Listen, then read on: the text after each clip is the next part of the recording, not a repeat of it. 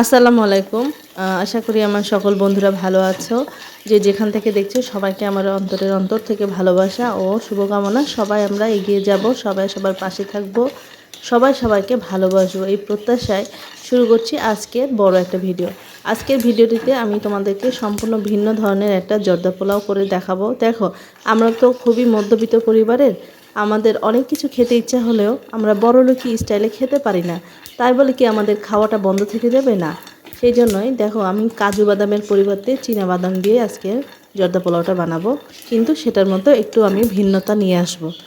তো তার জন্য প্রথমে আমি বাদামগুলোকে টেলে নিয়েছি, তারপরে সামান্য একটু তেল দিয়েও সেটাকে একটু ভুনে ভুনে নিলাম, যেন খোসাটা খুব সহজেই আমি ছাড়িয়ে দিতে পারি। তোমরা বলতে পারো এটাকে ফকিন্নি স্টাইলের খাবার, কিন্তু আসলে সত্যি কথা বলতে কি জানো, আমরা যারা মধ্যবিত্ত পরিবারের, আমাদের অনেক কিছু খেতে ইচ্ছা হলেও আমরা খেতে পারি না বা অ্যাফোর্ড করতে পারি না। তাই বলে আমি কখনো এটা মনে করি না যে আমি এটা খেতে পারবো না বা অন্য কিছু দিয়ে কাজ চালিয়ে নিতে পারবো না। আমি অল্টারনেটিভ কোনো না কোনো ওয়ে বের করেই নিই। তো দেখো, বাদামটা কি সুন্দর দেখতে হয়েছে, চকচক করছে। তো এখন ওটা আমি খোসা ছাড়াবো।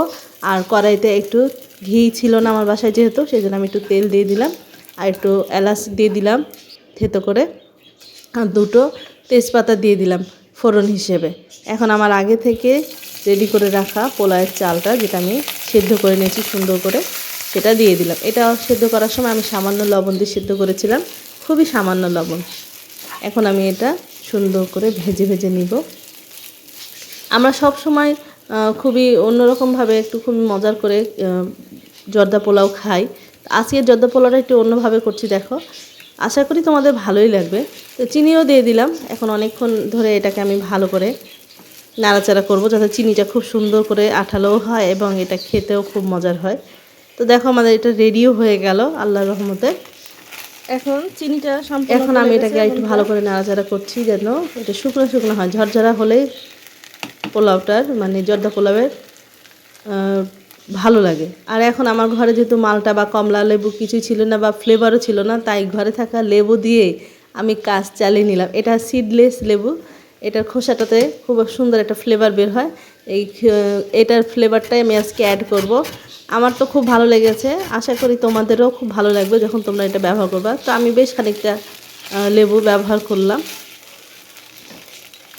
আর যেহেতু আমি স্ট্যান্ড ব্যবহার করছি না এই মুহূর্তে, সেই জন্য আমি তোমাদেরকে ভালো করে দেখাতে পারলাম না। আর একটু ফুড কালার দিয়ে দিলাম, ফুড কালারটা একটু হলুদ কালারটাই দিলাম, যেহেতু লেবুটা আমার হলুদ ছিল, এটার সাথে ম্যাচিং করতে হবে। দেখো কতটা পরিমাণে আমি এটা দিয়েছি, তাই তোমাদেরকে গ্রেড করে দেখাতে না পারলেও পরিমাণটা কতটুকু দিয়েছি সেটা তোমাদেরকে দেখালাম।